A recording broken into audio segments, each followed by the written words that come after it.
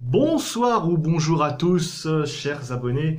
Alors, je vais vous faire un petit point, parce que c'est bien beau de se regarder des films, c'est bien aussi de se regarder des vieilles séries, mais il y a aussi, si vous voulez rester chez vous et passer le temps, il y a aussi, peut-être aussi ne pas oublier, la lecture. Et la lecture, très important, s'enrichir l'esprit, c'est quelque chose de fondamental, mais aussi pour jouer, pour se divertir, pour s'évader par les mots.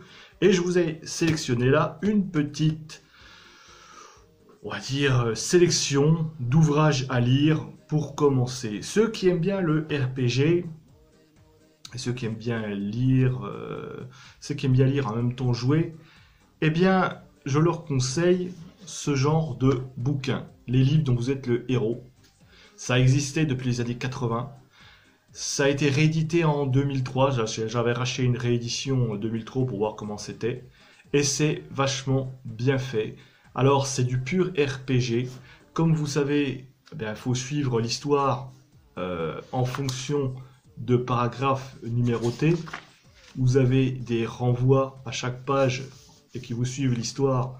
Soit ça va au bout, soit vous allez crever. Et je vous signale, vous allez crever beaucoup dans ce bouquin. Donc vous avez une foule innombrable de chemins à parcourir.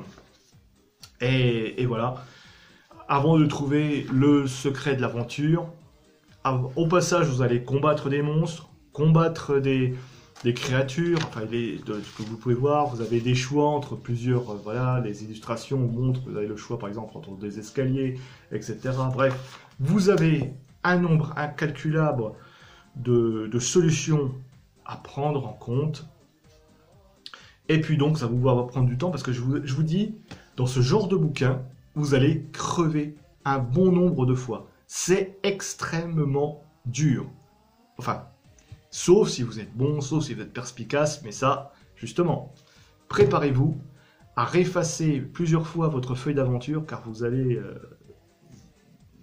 je dirais pas rager, mais presque. Sinon, qu'est-ce que je vous propose aussi?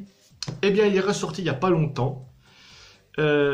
Ces ouvrages, enfin, c'est les intégrales de Monsieur Robert Howard, à qui on doit par exemple euh, Conan le Barbare, et un personnage par exemple qui s'appelle Solomon Kane. Alors Solomon Kane, c'est quoi? C'est un pasteur évangéliste un peu puritain. Ça se passe au XVIe siècle à peu près des histoires. Et il court chasser un petit peu tous les démons avec son épée et puis son mousquet.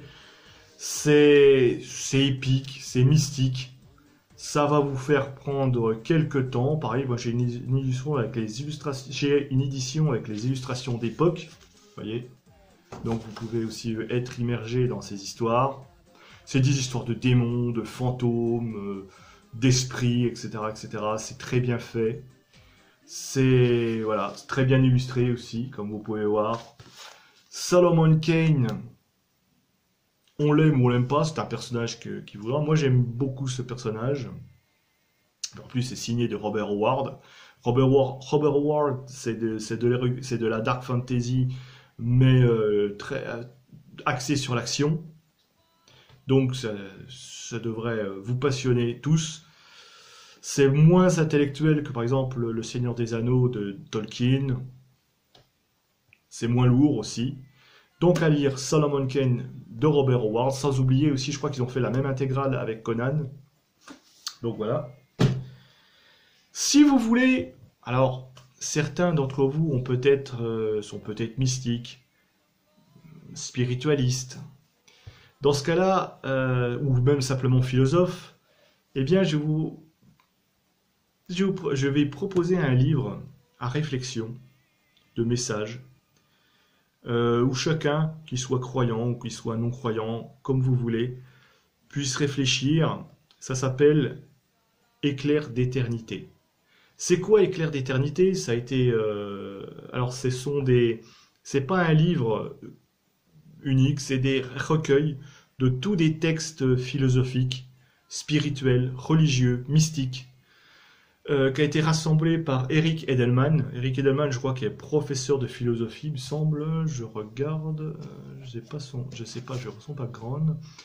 directeur en philosophie, à l'époque, directeur en philosophie du journal de sciences des religions de la Sorbonne. Oui, oui, c'est ça. Il a collaboré entre autres avec Arnaud Desjardins, grand philosophe. Donc je vous conseille ce livre, Éclair d'éternité.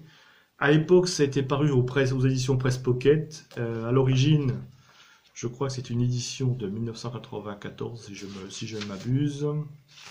Et à l'origine, c'était aux éditions La Table Ronde en 1990. Vous voyez, je me suis un peu trompé de 4 ans. Et ça, c'est le livre que j'ai entre les mains, c'est l'édition Presse Pocket de 2004. Très intéressant. Moi, je l'ai toujours sur moi quand j'ai une attente voilà, chez le dentiste ou chez le médecin ou peu importe.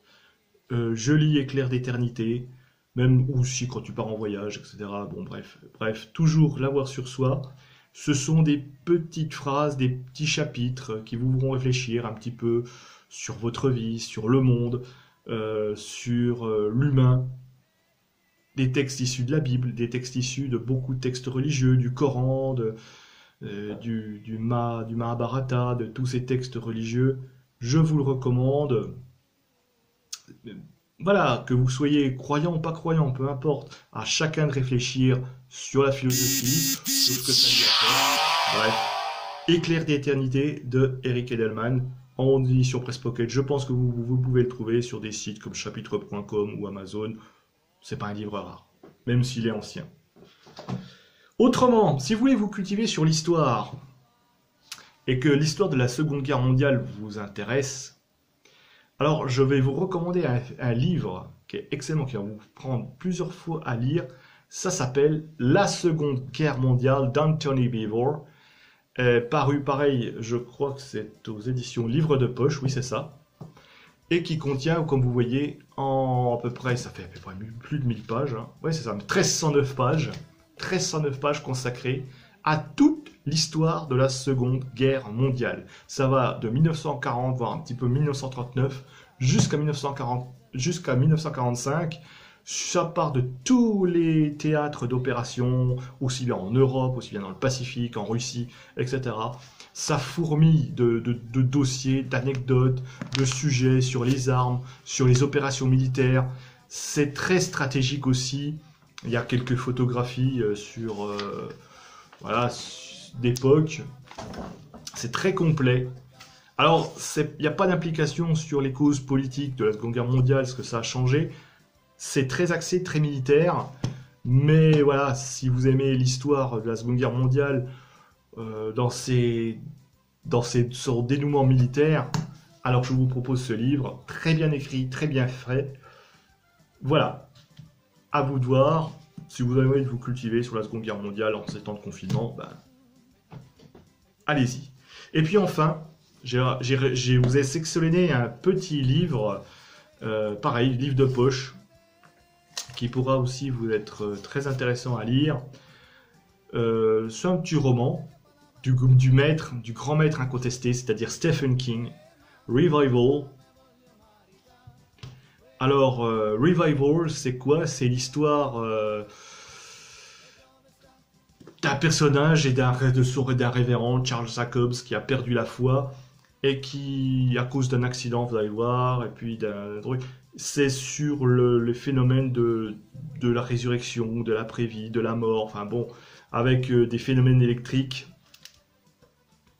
Je vous le recommande ce livre, c'est un petit livre sympa, c'est un thriller, écrit par quand même le maître du sujet, c'est-à-dire Stephen King. Je ne crois pas qu'il ait été adapté en livre. D'ailleurs, je vais vous lire un petit peu le quatrième de couverture, ça va vous donner un peu l'ambiance.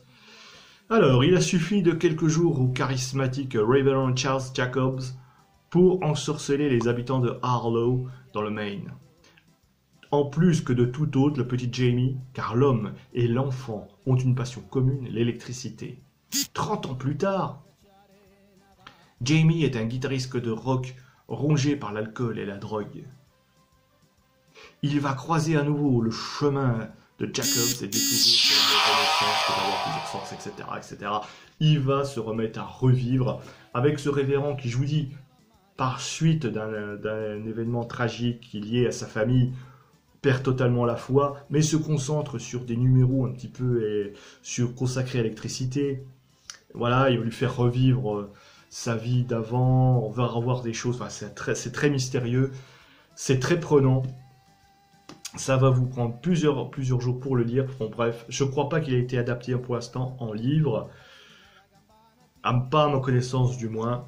Relisez Revival de Stephen King. Voilà donc les conseils lecture du moment.